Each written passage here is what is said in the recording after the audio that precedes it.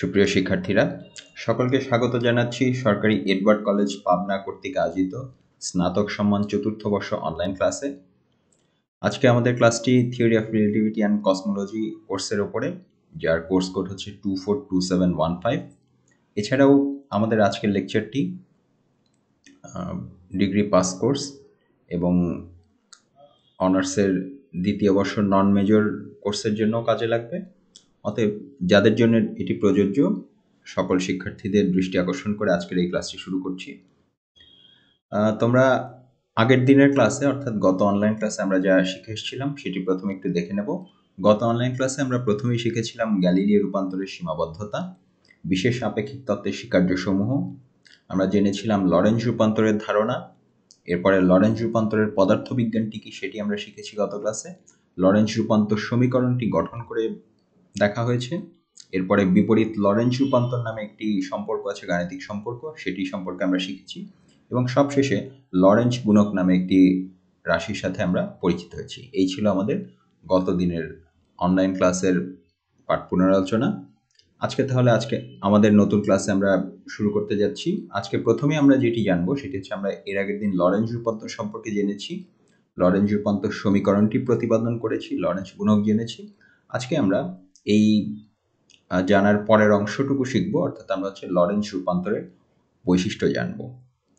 প্রথমেই লরেঞ্জ রূপান্তরের প্রথম বৈশিষ্ট্য যেটি, সেটি হচ্ছে স্থান এবং কালের পরিমাপ পর্যবেক্ষকের উপরে প্রসঙ্গ কাঠামোর উপর নির্ভরশীল, যাতে কোনো একটি প্রসঙ্গ কাঠামোতে দুটি ভিন্ন ঘটনা যুগপৎভাবে ঘটলেও অন্য কাঠামোতে যুগপৎ নাও হতে পারে। এখানে এই বইয়ের ভাষায় কথাগুলো বুঝতে অনেক সময় একটু কঠিন লাগে। এখানে আসলে যেটি বলা হচ্ছে সেটি হচ্ছে স্থান এবং কালের পরিমাপ দুটি যে আপেক্ষিক, এই কথাটি এখানে বলা হয়েছে। এবং এটি আপেক্ষিক এই কথাটি এখানে বলা হয়েছে এভাবে যে স্থানের পরিমাপ এবং কালের পরিমাপ, অর্থাৎ আমরা যে এক্স ওয়াই জেড এই তিনটি অক্ষ দ্বারা আমরা স্থান পরিমাপ করি বা দূরত্ব পরিমাপ করি, এবং কালের পরিমাপ অর্থাৎ টি দ্বারা আমরা কাল অথবা সময়কে পরিমাপ করি। এটি হচ্ছে আমরা পর্যবেক্ষকের যে প্রসঙ্গ কাঠামো তার উপরে নির্ভরশীল। অর্থাৎ আমাদের যে স্থানের পরিমাপ সেটি দুটি ভিন্ন কাঠামোতে ভিন্ন পরিমাপ দিতে পারে। আমাদের যে কালের পরিমাপ অর্থাৎ সময়ের যে মাপ, সেটিও দুটি ভিন্ন কাঠামোতে ভিন্ন মাপ প্রদর্শন করতে পারে। অর্থাৎ যদি কোনো একটি প্রসঙ্গ কাঠামোতে দুটি ঘটনা যদি যুগপৎভাবে ঘটার অর্থ হচ্ছে একই সাথে ঘটা, সেটি অন্য কোনো একটি কাঠামোতে ঠিক একই সাথে নাও ঘটতে পারে। লরেঞ্জ রূপান্তর কাঠামোর আরেকটি বৈশিষ্ট্য হচ্ছে এস কাঠামো এবং এস প্রাইম কাঠামো দ্বারা আমরা সাধারণত দুটি পরস্পর ধ্রুববেগে গতিশীল জড় প্রসঙ্গ কাঠামোকে নির্দেশ করে থাকি। এই কাঠামোর আপেক্ষিক দ্রুতি যদি ভি এটি যদি সি এর তুলনায় অর্থাৎ আলোর বেগের তুলনায় খুবই কম একটি বেগে গতিশীল হয়, সেক্ষেত্রে লরেঞ্জ রূপান্তরটি আসলে সীমান্তিক মান হিসাবে গ্যালিলি রূপান্তরে পরিবর্তিত হয়। এটি কীভাবে পরিবর্তিত হয় সেটি আমরা এখন গাণিতিকভাবে দেখব। এখানে আমরা ভি যদি সি এর চেয়ে অনেক ক্ষুদ্র হয়ে থাকে, অর্থাৎ ভি লেস দ্যান সি, অর্থাৎ এখানে আমরা বুঝতে পারছি যে আমাদের বেগের যে মান সেটি আলোর বেগের তুলনায় অনেক অনেক অনেক বেশি ক্ষুদ্র। এই ক্ষেত্রে আমরা এর আগের দিন দেখেছি যে লরেঞ্জ গুণক নামে দুটি রাশি আছে, একটি হচ্ছে বিটা এবং আরেকটি হচ্ছে গামা। এখন বিটার যে অংশ অর্থাৎ যে ভি বাই সি এর যে অনুপাত, এটি নিয়ে আমরা যখন কথা বলতে যাব, ভি এর মান যদি অনেক বড় হয় সেক্ষেত্রে অবশ্যই আমরা ভি বাই সি কে আমরা হিসাব থেকে ইগনোর করতে পারবো না বা বাদ দিয়ে দিতে পারবো না। কিন্তু যদি ভি হচ্ছে সি এর থেকে অনেক অনেক অনেক বেশি ছোট হয়, এই শর্তে খেয়াল রেখো, ভি যদি সি এর থেকে অনেক অনেক অনেক বেশি ছোট হয়, শুধুমাত্র এই শর্তে আমরা ওয়ানের তুলনায় V square by C square, V by C নিজেই খুবই ক্ষুদ্র একটি রাশি, সেটিকে যখন আমরা স্কোয়ার করব অর্থাৎ বর্গ করব, সেটি আরও ক্ষুদ্র একটি রাশিতে পর্যবসিত হবে এবং সেটি অবশ্যই ওয়ানের চেয়ে আরও অনেক বেশি ক্ষুদ্র হয়ে যাবে। সেক্ষেত্রে আমরা লরেঞ্জ রূপান্তর সমীকরণগুলো যদি একবার দেখে নিই, এখানে আমাদের এক্স প্রাইমের সাথে এক্স এর সম্পর্কটি ছিল যে এক্স প্রাইম সমান সমান X minus VT divided by root over 1 minus V square by C square. এখন V square by C square যদি ওয়ানের চেয়ে অনেক অনেক অনেক বেশি ছোট হয়, তার মানে আমরা আসলে ওয়ান থেকে যা বাদ দিচ্ছি সেটি ওয়ানের উপরে কোনো প্রভাবই ফেলছে না। আমরা যদি অনেক বড় একটি সংখ্যা থেকে খুব ক্ষুদ্র একটি সংখ্যাকে বাদ দিই, ফলাফলে আমরা আসলে বড় সংখ্যাটি আবার পেতে পারি। অর্থাৎ এখানে 1 থেকে মাইনাস এই যে V square by C square যখন করা হচ্ছে, সেটির আসলে মান 1-এর সাপেক্ষে প্রায় শূন্যের কাছাকাছি। অর্থাৎ এই যে নিচের যে রাশিটি সেটি √1 বা 1, অর্থাৎ আমরা তখন কিন্তু পাচ্ছি এক্স প্রাইম সমান সমান এক্স মাইনাস বিটি। এখন মনে রাখতে হবে এটি কিন্তু সব সময় প্রযোজ্য নয়। কখন প্রযোজ্য? এটি শুধুমাত্র ভি যখন সি এর চেয়ে অনেক অনেক অনেক বেশি ছোট, অর্থাৎ ভি এর মান যখন খুবই কম, শুধুমাত্র সেই সময়ে এই বিশেষ অবস্থাটি আমরা পেতে পারি। এটি কিন্তু আমরা লরেন্জ রূপান্তর সমীকরণ থেকেই পেলাম একটি বিশেষ শর্তে। আবার ওয়াই এবং জেড এর সম্পর্কটি আমরা এর আগে দেখে এসেছি। যদি এক্স বরাবর গতিশীলতাটি থেকে থাকে, অর্থাৎ দুটি যে প্রসঙ্গ কাঠামো তাদের আপেক্ষিক গতিটি যদি এক্স অক্ষ বরাবর ঘটে থাকে, সেক্ষেত্রে ওয়াই এবং জেড অক্ষে কোনো পরিবর্তন নেই। আমরা ওয়াইকে ওয়াই প্রাইম এবং জেডকে জেড প্রাইম দ্বারাও প্রকাশ করতে পারি, তারা দুজনের সমান। আবার সময়ের ক্ষেত্রে যখন আমরা হিসাব করতে যাব, সময়ের ক্ষেত্রে আমরা লরেন্জ রূপান্তর সমীকরণটি দেখেছিলাম যে টি প্রাইম সমান সমান T minus VX by C square divided by √1 minus V square by C square. এখানেও একই কথা, যদি একটি বিশেষ শর্তে, কোন শর্তে?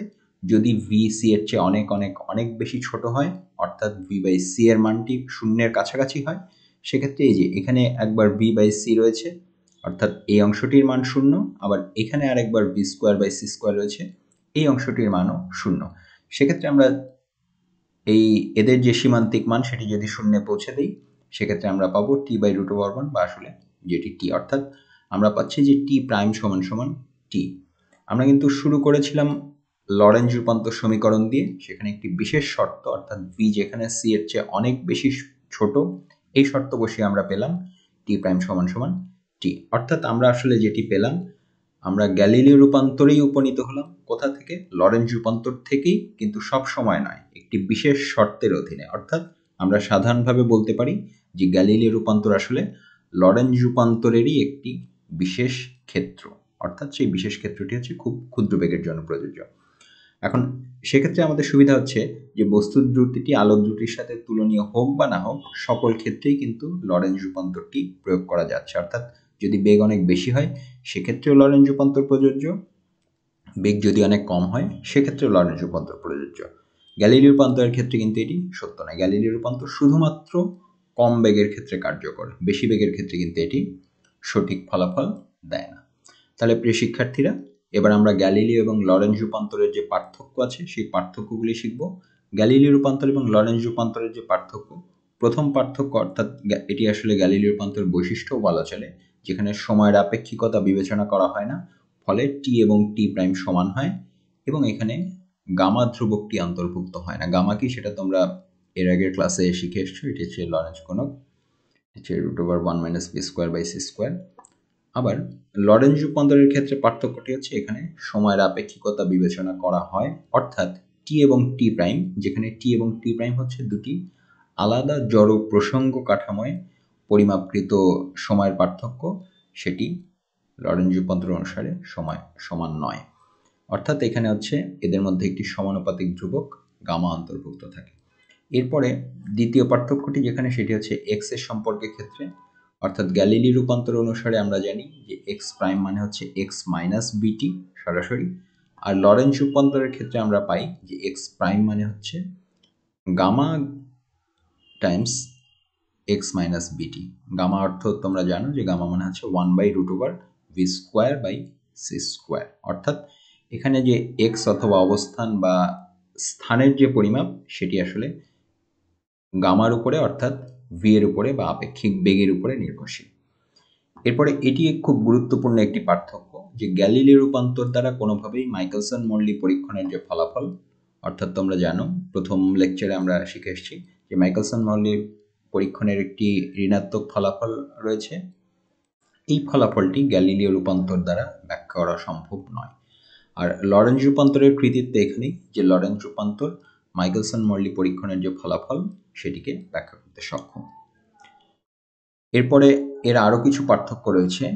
এরপরের একটি পার্থক্য হচ্ছে যে আলোর যে ধ্রুব বেগ সেটি গ্যালিলীয় রূপান্তর দ্বারা স্বীকৃত নয়, অর্থাৎ এখানে যেহেতু আপেক্ষিক বেগের হিসাব চলে আসে, গ্যালিলীয় রূপান্তর অনুসারে হিসাব করতে গেলে যে আলোর যে বেগ সেটি আপেক্ষিক বেগের সাথে যোগ বা বিয়োগ তার গতির দিক অনুসারে হয় সি এর চেয়ে বেশি বা সি এর চেয়ে কম মান পাওয়া সম্ভব।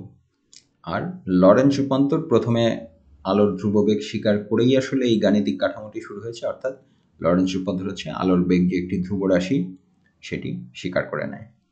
এরপরে এখানে হচ্ছে এই অংশটি আমরা আজকের লেকচারে আজকের ক্লাসে কেবলই দেখে এসেছি যে গ্যালিলে রূপান্তর আসলে লরেন্জ রূপান্তরেরই একটি বিশেষ ক্ষেত্র, যা ভি লেস দ্যান সি, অর্থাৎ আপেক্ষিক বেগটি যদি সি এর চেয়ে অনেক কম হয় সেই শর্তাধীনে এটি লরেন্জ রূপান্তরের একটি বিশেষ রূপ হিসাবে বা বিশেষ আকৃতি হিসাবে কাজ করে এবং এটি নিউটনীয় আপেক্ষিক যে তত্ত্ব তাকেও স্বতঃসিদ্ধ করে।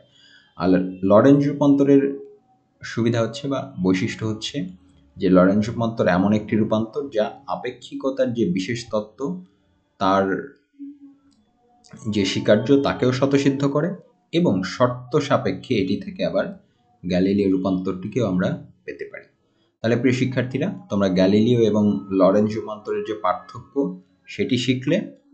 এবারে আমরা দেখে নেব যে একাধিক লরেন্জ রূপান্তর পরপর যদি আমরা করতে থাকি সেক্ষেত্রে আমরা কি পাই।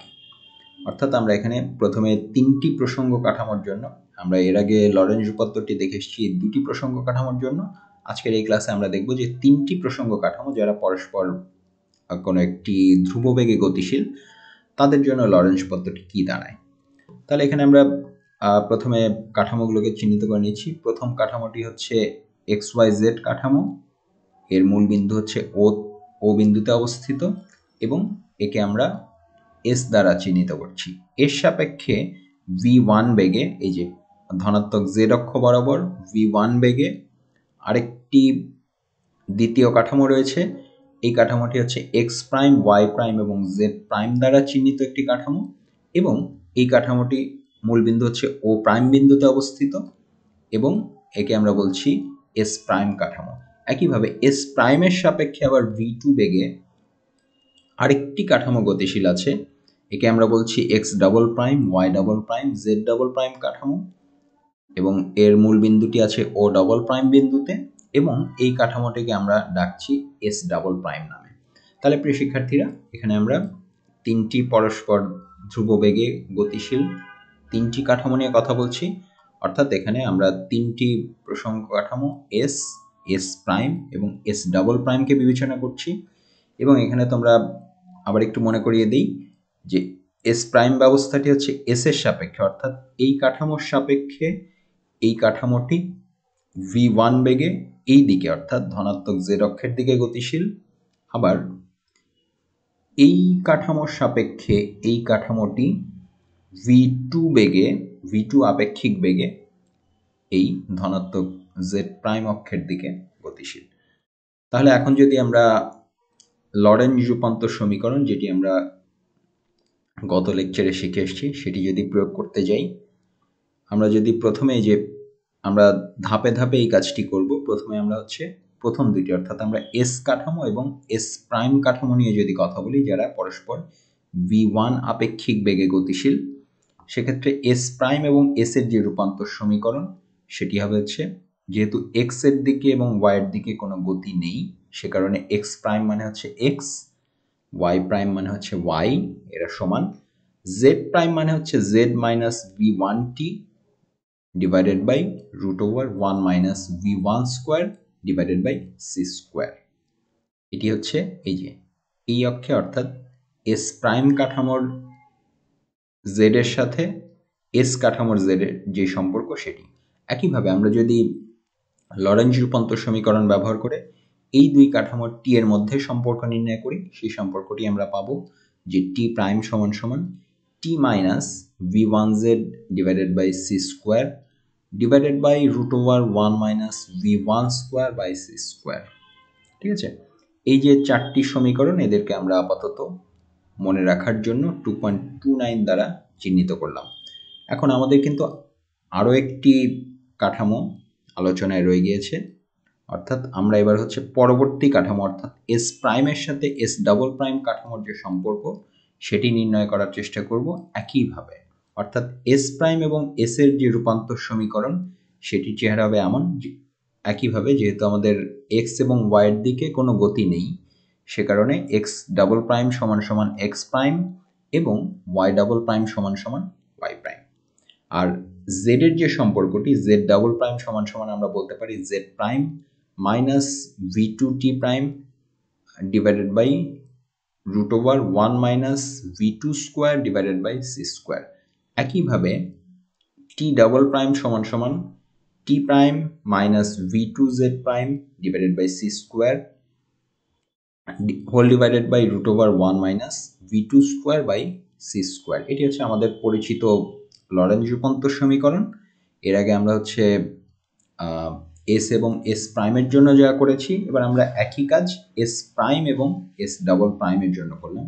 এই সমীকরণগুলোকে আমরা এখন আপাতত সমীকরণ 2.3 দ্বারা চিহ্নিত করলাম। এর আগের অংশটুকু আমরা চিহ্নিত করেছিলাম 2.29 দ্বারা, যেখানে এস এর সাথে এস প্রাইমের সম্পর্কটি গঠিত হয়েছে। এখানে আমরা হচ্ছে এস ডাবল প্রাইমের সাথে এস প্রাইমের সম্পর্কটি গঠিত করলাম। অর্থাৎ তোমরা এখন খেয়াল করলে দেখবে যে এস প্রাইম কিন্তু দু জায়গাতেই কমন। প্রথম অংশে আমরা হচ্ছে এস এর সাথে এস প্রাইমের সম্পর্ক নির্ণয় করেছি, এই অংশে আমরা এস প্রাইমের সাথে এস ডাবল প্রাইমের সম্পর্ক নির্ণয় করেছি। এবার আমরা যেটি চেষ্টা করব যে প্রথম কাঠামো অর্থাৎ এস কাঠামোর সাথে এস প্রাইমকে কিভাবে সংযুক্ত করা যায় সেটি।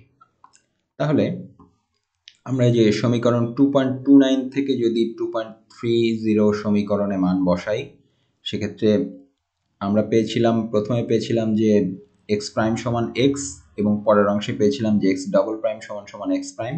অর্থাৎ আমরা আসলে পেলাম যে এক্স প্রাইম সমান সমান এক্স ডাবল প্রাইম সমান সমান এক্স প্রাইম সমান সমান এক্স, বা একবারে আমরা লিখতে পারি যে এক্স ডাবল প্রাইম সমান সমান এক্স। একইভাবে ওয়াইয়ের ক্ষেত্রেও তাই, ওয়াইয়ের ক্ষেত্রেও আমরা পাচ্ছি ওয়াই ডাবল প্রাইম সমান সমান ওয়াই প্রাইম সমান সমান ওয়াই, বা একবারে যদি আমরা লিখি আমরা পাবো ওয়াই ডাবল প্রাইম সমান সমান ওয়াই। এখন আসা যাক, এই এক্স এবং ওয়াই অক্ষ বরাবর আমাদের জটিলতা কম ছিল, কারণ এই বরাবর আমাদের কোনো আপেক্ষিক গতি নেই। এখন জেড অক্ষ বরাবর কিন্তু সেই কথাটি সত্যি নয়। জেড অক্ষ বরাবর আমাদের একটি আপেক্ষিক গতি আছে। এক্ষেত্রে যেহেতু আমরা প্রথম কাঠামো অর্থাৎ এস কাঠামোর সাথে এস প্রাইম কাঠামোর সম্পর্ক নির্ণয় করতে যাচ্ছি, এখানে কিন্তু একাধিক গতি রয়েছে। এখন আমরা যদি এই যে জেড প্রাইমের যে সম্পর্কটি অর্থাৎ 2.30 সমীকরণে আমরা যেটি পেয়েছিলাম, আমরা পেয়েছিলাম জেড প্রাইম সমান সমান জেড মাইনাস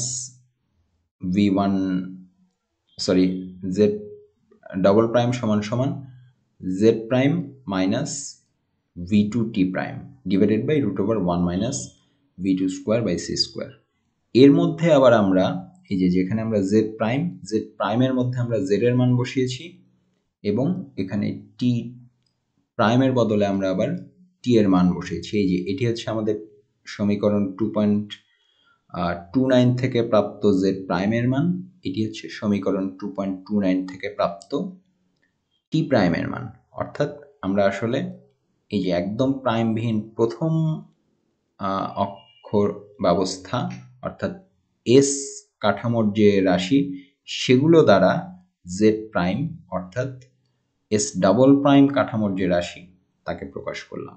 তাহলে আমরা যদি এই জটিল চেহারাটিকে এবার একটু সরলীকরণ করি, সেক্ষেত্রে আমরা এরকম একটি চেহারা পাবো। এই যে আমরা যেটি পেয়েছিলাম, এখানে আমরা আগের অংশটুকু আবার একটু দেখে আসি। এখানে দেখো, এখানে একটি root over 1 minus V one square by C square আছে, এখানেও একটি root over 1 minus V one square by C square আছে। অর্থাৎ এই দুটি অংশকে আমরা কিন্তু আসলে কমন নিয়ে ফেলতে পারি।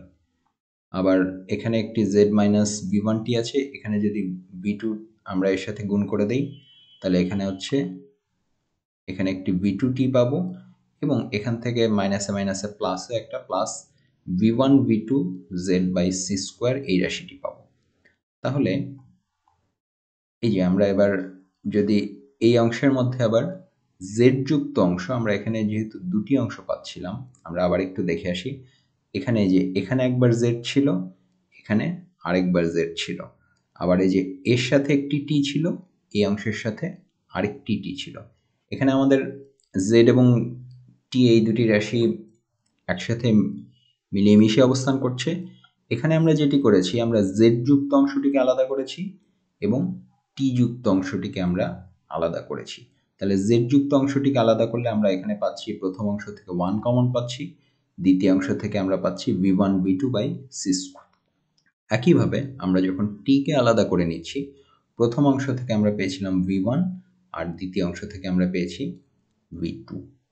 তাহলে প্রিয় শিক্ষার্থীরা, এটিকে যদি আমরা আরেকটু সরলীকরণ করি, অর্থাৎ আমরা যদি এই অংশটিকে এই যে 1 plus v1 v2 by C square, এর সাথে ছিল হচ্ছে জেড, আর এই যে এখানে আরেকটি অংশ ছিল এই অংশটি, এদেরকে যদি আবার যোগ করে দিয়ে একটু সরলীকরণ করি, এই যে এখানে আমাদের যেহেতু root over 1 minus B square by C square আছে, এর সাথে আবার যদি আমাদের এই অংশটুকু, এই যে উভয়ের নিচে কিন্তু একটি root over 1 minus B square by C square আছে, এটিকে যদি আমরা নিচে নিয়ে আসি, সেক্ষেত্রে আমরা যেটি পাচ্ছি এই রুটের ভিতরে 1 minus B one square by C square, এই যে এখান থেকে 1 minus B one square by C square আসলো, আর আগে থেকেই যেটি ছিল সেটি হচ্ছে 1 minus V two square by C square.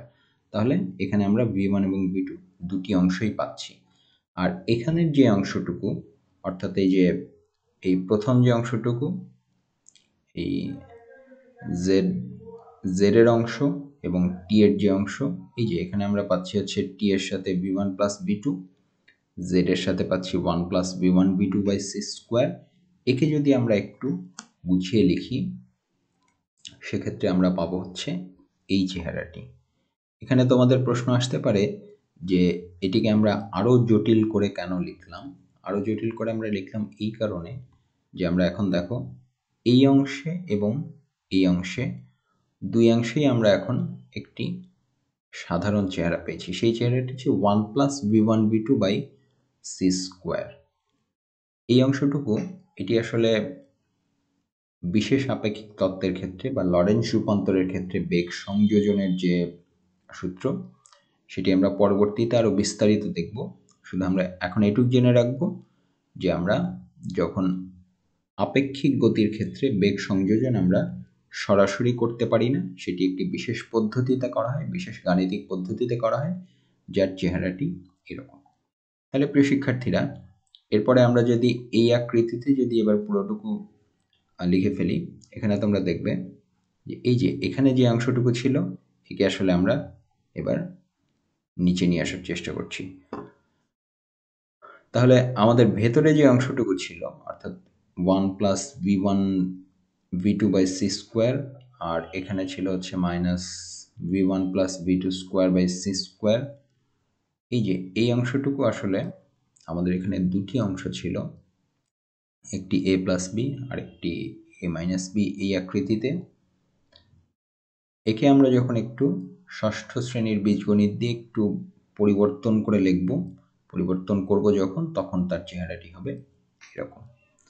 এখন এখানে আমাদের সুবিধা হচ্ছে, এবার প্রতি ক্ষেত্রে আমরা এই যে এখানেও পেয়েছি v1 v2 by C square, এখানেও পেয়েছি v1 v2 by C square, এখানেও পেয়েছি v1 v2 by C square, এবং একই সাথে এখানে আবার v1 প্লাস v2। তাহলে এইখানে আমরা z এর যে সম্পর্কটি পেলাম, z এর কি সম্পর্ক পেলাম, আমরা হচ্ছে z এর সাথে z ডাবল প্রাইমের একটি সম্পর্ক পেলাম, যে z ডাবল প্রাইম সমান সমান z minus BT divided by root over 1 minus B square by C square. এই যে আমরা কিন্তু আবার আমাদের পরিচিত চেহারায় ফিরে এসেছি। এখন তোমাদের প্রশ্ন আসতে পারে যে এই বিশাল আকৃতি থেকে আমরা আবার এই সংক্ষিপ্ত চেহারায় কোথা থেকে আসলাম, এবং আমরা এতক্ষণ তো কোনো ভি দেখিনি হিসাবে, আমরা এখানে আবার ভি কোথা থেকে পেলাম। এই যে এখানে তোমরা একটু মনোযোগ দিয়ে দেখলে খেয়াল করবে যে এখানে এই যে v1 plus v2 divided by 1 plus v1 v2 by C square, এই পুরা রাশিটিকে আমরা আসলে নাম দিয়েছি v। তাহলে আমাদের এখানে যেটি হলো, প্রথম অংশ হচ্ছে z মাইনাস এটি vt, এবং এই যে এখানে 1 minus B square by C square, এখানে এই অংশটুকু যদি আমরা এর ভেতরে রুটের ভেতরে ঢুকিয়ে দিতাম, সেক্ষেত্রে এটি আসলে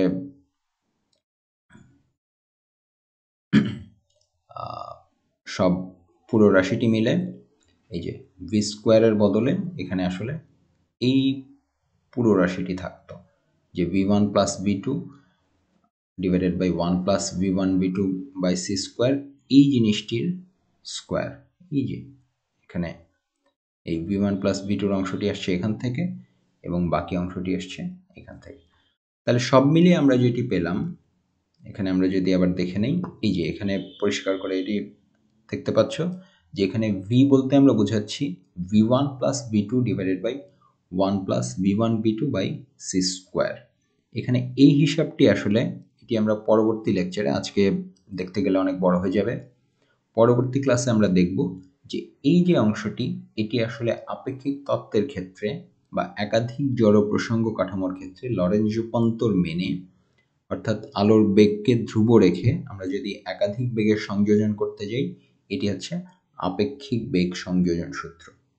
ঠিক আছে, তাহলে এটি দ্বারা আমরা হচ্ছে একাধিক বেগের সংযোজন করতে পারলাম, v1 এবং v2 কে আমরা সংযুক্ত করে একটি তুল্য বেগে নিয়ে আসতে পারলাম। এরকম হিসাব আমরা আগেও করেছি। আমরা রোধের ক্ষেত্রে তোমরা দেখেছো যে রোধের ক্ষেত্রে আমরা সমান্তরাল কিংবা সিরিজ সংযোগের ক্ষেত্রে তুল্য রোধ নির্ণয় করে থাকি। সেক্ষেত্রে আমরা আগের কোনো রোধ পাই না, নতুন একটি রোধের মান আমরা পেয়ে থাকি, কখনো সেটি বৃদ্ধি পায়, কখনো সেটি হ্রাস পায়। বা তোমরা যখন ভরকেন্দ্র সংক্রান্ত বিভিন্ন হিসাব করেছো, তখনও তোমরা দেখেছো যে অনেক সময় ভরকেন্দ্র হিসাব করতে গিয়ে আমাদের একটি তুল্য ভরকেন্দ্র নির্ণয় করা হয়, যেটি আসলে যেই বস্তু দুটির ভরকেন্দ্র তাদের কোনোটিরই নয়, তাদের মাঝামাঝি কোনো একটি অবস্থান। কিংবা একাধিক ভরযুক্ত বস্তুর ক্ষেত্রে আমরা অনেক সময় তুল্য ভর নামে একটি রাশি হিসাব করে থাকি, সেটির চেহারাও কোনো কোনো ক্ষেত্রে দেখতে অনেকটা এরকমই, সি স্কোয়ারটি বাদ দিলে। অর্থাৎ আমরা এখানে একটি তুল্য বেগের রাশিমালা পেলাম, যার ফলাফল হলো যে একইভাবে আমরা যদি টি প্রাইমের সাথে টি এর সম্পর্কটি এখানে একটি বিস্তারিত করে দেখানো হয়নি, তোমরা অবশ্যই এই হিসাবটি নিজেরা পুরোটুকু করে দেখবে, শিখতে পারবে। এখানেও একই অবস্থা যে টি প্রাইমের সাথে টি এর যে আমরা সম্পর্কটি করলাম, এখানে এটি কিন্তু আমরা একবারে করিনি, এটিও করা হয়েছে দুই ধাপে। আমাদের প্রথমে হচ্ছে 2.29 এবং 2.30 যে সমীকরণ ছিল, এখানে আমরা হচ্ছে টি প্রাইম এবং জেড প্রাইমের বদলে আমরা টি এবং জেড এর মান বসিয়েছি, এবং তারপরে হিসাব করতে করতে আমরা চূড়ান্তভাবে এই চেহারায় এসেছি, যেখানে ভি এর অর্থ হচ্ছে v1 plus v2 divided by 1 plus v1 v2 by C square. ঠিক আছে, তাহলে সামগ্রিকভাবে আমরা যেটি দেখলাম যে জেড প্রাইম এবং এই যে জেড প্রাইমের সমীকরণটি আমরা আগের পাতায় দেখেছিলাম, টি প্রাইমের সমীকরণটি আমরা এখানে দেখতে পাচ্ছি। জেড প্রাইম এবং টি প্রাইম দুটি সমীকরণই দেখলে আমরা যেটি টের পাবো যে এটি হচ্ছে একটি লরেঞ্জ রূপান্তরের ক্ষেত্রে আমরা যেই চেহারার সমীকরণ পেতাম, আমরা কিন্তু হুবহু একই রকম চেহারার একটি সমীকরণ পাচ্ছি। শুধু একটি বিশেষ ব্যাপার, এখানে একটি কথা খেয়াল রাখার মতো, যেখানে সংযুক্ত বেগ বা তুল্য বেগের যে রাশিটি সেটি কিন্তু সরাসরি v1 এবং v2 যোগ করে নয়। এটি তোমাদের খুব মনোযোগ দিয়ে খেয়াল করতে হবে। আপেক্ষিক তত্ত্বের ক্ষেত্রে বা লরেঞ্জ রূপান্তরের ক্ষেত্রে আমরা যখন একাধিক বেগের হিসাব করি, আমরা যখন একাধিক আপেক্ষিক বেগের কথা বলি,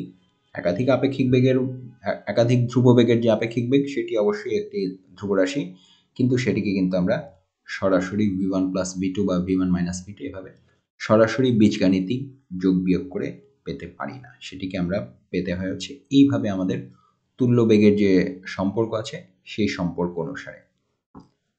এই তুল্য বেগের সম্পর্কটি আমরা আজকের ক্লাসে বিস্তারিত দেখব না, এটি আমরা পরবর্তী ক্লাসে বিস্তারিত আলোচনা করব, এবং সেখানে আমরা আরেকটি মজার জিনিস দেখব যে এই তুল্য বেগের যে রাশিমালা, এটি দ্বারা আমরা প্রথম থেকে যেটি বলে এসেছিলাম যে আলোর বেগ সর্বক্ষেত্রে ধ্রুব থাকবে, এটি দ্বারা হিসাব করলে আমরা দেখতে পাবো যে যে কোনো ক্ষেত্রে, যে কোনো দিক থেকে, যে কোনো কাঠামোয় আমরা যখন, যদি অবশ্যই জড় প্রসঙ্গ কাঠামো হয়ে থাকে, যে কোনো পর্যবেক্ষকের কাছে আলোর বেগ সবসময় ধ্রুব পাওয়া যাবে। তাহলে এখান থেকে আমরা আরেকটি জিনিস দেখতে পাচ্ছি যে জেড প্রাইম এবং টি প্রাইমের যে সমীকরণ, যে পরপর দুটি লরেঞ্জ রূপান্তর আসলে একটি একক লরেঞ্জ রূপান্তরই সমতুল্য। এখন গণিতের ক্ষেত্রে আমরা কখনো কখনো দেখে এসেছি যে যদি আমাদের কোনো একটি রাশি একের পরে দুই ধাপের জন্য কাজ করে, দুইয়ের পরে আবার একইভাবে সেটি আবার তৃতীয় ধাপের জন্য বিস্তৃত করা যায়, চতুর্থ ধাপের জন্য বিস্তৃত করা যায়, যেহেতু সম্পর্কটি একই রকম, সেক্ষেত্রে আমরা এখানে আসলে বলতে পারি যে এখানে আমরা পরপর দুটি লরেঞ্জ রূপান্তরের কথা বলেছি, তার মানে আমরা যদি এখানে চারটির কথা বলতাম প্রথম 3টি মিলে একটি এবং তার সাথে 4 নম্বরটি মিলে আবার একটি লরেঞ্জ রূপান্তরের সমতুল্য, অবশ্যই বেগের রাশিমালাটি আরো জটিল হতো। আমরা যদি পঞ্চম আরেকটি কাঠামোর কথা বলতাম, আরেকটি ধ্রুব বেগে গতিশীল, তার সাথেও প্রথম 4টির সাথে যে এইভাবে সম্পর্কিত করা যেত। ষষ্ঠ একটির কথা বলতাম একইভাবে। এইভাবে আমরা যদি n সংখ্যক জড় প্রসঙ্গ কাঠামো পরপর পরপর পরপর বসিয়ে যেতাম আমরা, এবং অবশ্যই শর্ত হচ্ছে তাদের প্রত্যেকের সাথে একটি ধ্রুব বেগে গতিশীল। এই শর্তে দেখা যেত প্রথম কাঠামোটির সাথে n-তম যে কাঠামো তাদের যে রূপান্তর কাঠামো, তাদের যে রূপান্তর সমীকরণ, সেটি একটি একক বা একটি সিঙ্গেল লরেঞ্জ রূপান্তরের সমতুল্য। অর্থাৎ যদি আমাদের n সংখ্যক পরপর আলাদা আলাদা আলাদা আলাদা অনেকগুলো পরস্পর ধ্রুব বেগে গতিশীল কাঠামো থেকে থাকে, প্রথম কাঠামোর সাথে শেষ কাঠামোর যে স্থানের সম্পর্ক এবং কালের যে সম্পর্ক সেটি একটি একক লরেঞ্জ রূপান্তরের সমতুল্য হবে। তাহলে প্রিয় শিক্ষার্থীরা, আজকের এই ক্লাসে আমরা যা যা শিখলাম সেটি আমরা আরেকবার একটু দেখে নেব। আজকের ক্লাসে আমরা প্রথমেই শিখলাম লরেঞ্জ রূপান্তরের কি কি বৈশিষ্ট্য আছে। আমরা যেটি জানলাম যে লরেঞ্জ রূপান্তরের প্রথম বৈশিষ্ট্য হচ্ছে এটি দ্বারা আমরা যুগপৎ আপেক্ষিক ধারণাটি পাই, অর্থাৎ ভিন্ন ভিন্ন প্রসঙ্গ কাঠামোয় ভিন্ন ভিন্ন পর্যবেক্ষকের কাছে আসলে কোনো একটি যুগপৎ বলে কিছু নেই। এক কাঠামোয় যেটি এক সময় ঘটছে, আরেক কাঠামোয় সেটি অন্য একটি সময় ঘটছে এমন মনে হতেই পারে। অর্থাৎ একই ঘটনার সঙ্গে আমরা প্রথম লেকচারে আলোচনা করেছিলাম, যেখানে স্থান এবং কালের সমন্বয়ে একাধিক সময়ে একটি ঘটনা ঘটে থাকে। সেই ঘটনাটি যদি আমরা একাধিক কাঠামো থেকে দেখি, আমরা হয়তো ভিন্ন ভিন্ন ঘটনা দেখব। এটি ছিল লরেঞ্জ রূপান্তর সমীকরণের একটি বৈশিষ্ট্য। লরেঞ্জ রূপান্তরের আরেকটি বৈশিষ্ট্য হচ্ছে একটি বিশেষ শর্তে লরেঞ্জ রূপান্তর গ্যালিলীয় রূপান্তরে রূপান্তরিত হয়, এবং সেই বিশেষ শর্তটি আমরা দেখেছি। সেই বিশেষ শর্তটি হচ্ছে ভি যখন সি এর চেয়ে, অর্থাৎ আলোর বেগের চাইতে যখন আপেক্ষিক বেগটি কাঠামোদ্বয়ের মধ্যবর্তী যে বেগটি সেটি যখন অনেক কম হয়, অর্থাৎ ভি বাই সি এর যে অনুপাতটি সেটি যখন শূন্যের কাছাকাছি হয়, তখন আমরা বলতে পারি যে লরেঞ্জ রূপান্তর আসলে গ্যালিলীয় রূপান্তরেই পর্যবসিত হয়। অর্থাৎ গ্যালিলীয় রূপান্তর আসলে লরেঞ্জ রূপান্তরেরই একটি বিশেষ অবস্থা, শর্তাধীন অবস্থা। এখানে আমরা আরেকটি জিনিস শিখে এসেছি আজকে, সেটি হচ্ছে গ্যালিলীয় এবং লরেঞ্জ রূপান্তরের পার্থক্য। আমাদের মূল পার্থক্যটি আমরা সবাই জানি যে গ্যালিলীয় রূপান্তরের ক্ষেত্রে সময়ের আপেক্ষিকতাকে হিসাব করা হয় না, লরেঞ্জ রূপান্তরের ক্ষেত্রে এটি আমলে নেওয়া হয়। আমরা এটিও জেনে এসেছি যে আমরা যখন স্থানের হিসাব করতে যাই গ্যালিলীয় রূপান্তরের ক্ষেত্রে, স্থানের সাথে শুধুমাত্র সরাসরি বেগের সরলরৈখিক একটি সম্পর্ক আছে, লরেঞ্জ রূপান্তরের ক্ষেত্রে সেটি সত্য নয়। লরেঞ্জ রূপান্তরের ক্ষেত্রে এর মধ্যে একটি ভি সংযুক্ত থাকে, অর্থাৎ ভি যুক্ত যে রাশি অর্থাৎ গামা, যে লরেঞ্জ গুণক, সেটি এখানে সংযুক্ত থাকে, এবং এক্স এর সাথে এক্স প্রাইমের যে সম্পর্কটি সেটি এখানে সরলরৈখিক নয়, সমানুপাতিক। গ্যালিলীয় লরেঞ্জ রূপান্তরের আরেকটি মূল বৈশিষ্ট্য যেখানে ছিল, এদের মূল পার্থক্যটি যেখানে হয়েছে, গ্যালিলীয় রূপান্তর আলোর বেগের যে ধ্রুবত্ব সেটিকে স্বীকার করে না, অন্যদিকে লরেঞ্জ রূপান্তর গড়েই উঠেছে আলোর বেগ যে ধ্রুব, এই ধারণাটিকে বেস করে, এই ধারণাটির উপরে। আর সবশেষে গিয়ে আমরা এটিও দেখেছি গ্যালিলীয় রূপান্তর আসলে লরেঞ্জ রূপান্তরেরই একটি শর্তাধীন অবস্থা। তাহলে গ্যালিলীয় রূপান্তর আসলে একটি বিশেষ অবস্থা, আর লরেঞ্জ রূপান্তর হচ্ছে একটি সাধারণ রূপান্তর, যেটি যে কোনো বেগের ক্ষেত্রে ব্যবহারযোগ্য। এরপরে আমরা আরেকটি জিনিস দেখেছি আজকের ক্লাসে, সেটি হচ্ছে 3টি প্রসঙ্গ কাঠামোর জন্য লরেঞ্জ রূপান্তর। অর্থাৎ আমরা যদি পরপর 3টি প্রসঙ্গ কাঠামো থাকে এবং তার প্রথম কাঠামোর সাথে সর্বশেষ কাঠামো অর্থাৎ তৃতীয় কাঠামোর রাশিগুলোর মধ্যে যদি একটি সম্পর্ক নির্ণয় করার চেষ্টা করি, সেক্ষেত্রে কি ঘটে সেটি আমরা দেখেছি। এবং আমরা এটিও দেখেছি যে প্রথম এবং তৃতীয় কাঠামোর মধ্যে, অর্থাৎ এস এবং এস ডাবল প্রাইম কাঠামোর মধ্যে যে লরেঞ্জ রূপান্তরটি, সেটি হচ্ছে একটি একক লরেঞ্জ রূপান্তরের সমতুল্য সমীকরণ দ্বারা তাকে ব্যাখ্যা করা যায়। সবশেষে আমরা যেটি দেখলাম যে এই কথাটিকেই, অর্থাৎ 3টি কাঠামোর জন্য আমরা যেটি বলছি তাকে আমরা যদি আরেকটু বিস্তৃত করি, n সংখ্যক কাঠামোর জন্য বলি, আমরা সাধারণভাবে বলতে পারি একাধিক লরেঞ্জ রূপান্তর আসলে একটি একক লরেঞ্জ রূপান্তরের সমতুল্য। একাধিক রূপান্তর অর্থ সেটি 3 হতে পারে, 4 হতে পারে, 5 হতে পারে, n সংখ্যক পরপর করা লরেঞ্জ রূপান্তর হতে পারে। অর্থাৎ আমরা যদি অনেকগুলো লরেঞ্জ রূপান্তর পরপর সম্পাদন করি, আমাদের সামগ্রিক যে ফলাফলটি, সেই ফলাফলটি একটি একক লরেঞ্জ রূপান্তর সমীকরণের সাথে হুবহু একই আকৃতি বিশিষ্ট। এবং এখানে আমরা একটি অংশ আমরা আজকের ক্লাসে পুরো বিস্তারিত দেখিনি, সেটি হচ্ছে আপেক্ষিক তত্ত্বের ক্ষেত্রে অর্থাৎ লরেঞ্জ রূপান্তরের ক্ষেত্রে আমাদের যে বেগের সংযোগ, সেটি আমাদের প্রচলিত নিয়মে অর্থাৎ সরাসরি আমরা আগে যেভাবে বেগ যোগ করতাম সরাসরি বা বেগ ভেক্টর হিসাবে যোগ বা বিয়োগ করে সরাসরি বীজগাণিতিক উপায়ে লব্ধি বেগ নির্ণয় করতাম বা আপেক্ষিক বেগ নির্ণয় করতাম, এক্ষেত্রে কিন্তু সেটি প্রযোজ্য নয়। অর্থাৎ এখানে বেগের সংযোজনের জন্য আমাদের আরেকটি বিশেষ নিয়ম প্রয়োজন হয়। সেই বিশেষ নিয়মটির ফলাফলটি আজকে আমরা এখানে ব্যবহার করেছি। পরবর্তী ক্লাসে আমরা সেই বেগের সংযোজনের নিয়মটি দেখব, সেই নিয়মটি প্রতিপাদন করতে শিখব, সেটি ব্যবহার করতে শিখব গাণিতিকভাবে, এবং সেটি থেকে এটিও দেখার চেষ্টা করব যে আপেক্ষিক তত্ত্ব অনুসারে যদি বেগ সংযোজন করা হয় তাতে আলোর বেগ সবসময় ধ্রুব থাকে। তাহলে প্রিয় শিক্ষার্থীরা, তোমাদের আজকের এই ক্লাসটি এ পর্যন্তই শেষ।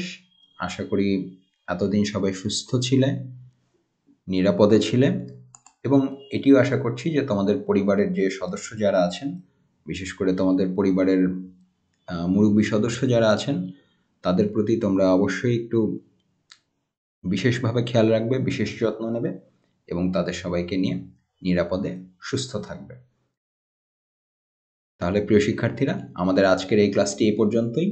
পরবর্তী ক্লাসে আমরা এর পরবর্তী অংশ অর্থাৎ আপেক্ষিক তত্ত্ব অনুসারে বা লরেঞ্জ রূপান্তর কাঠামোয় বেগের সংযোজন সূত্রটি শিখব।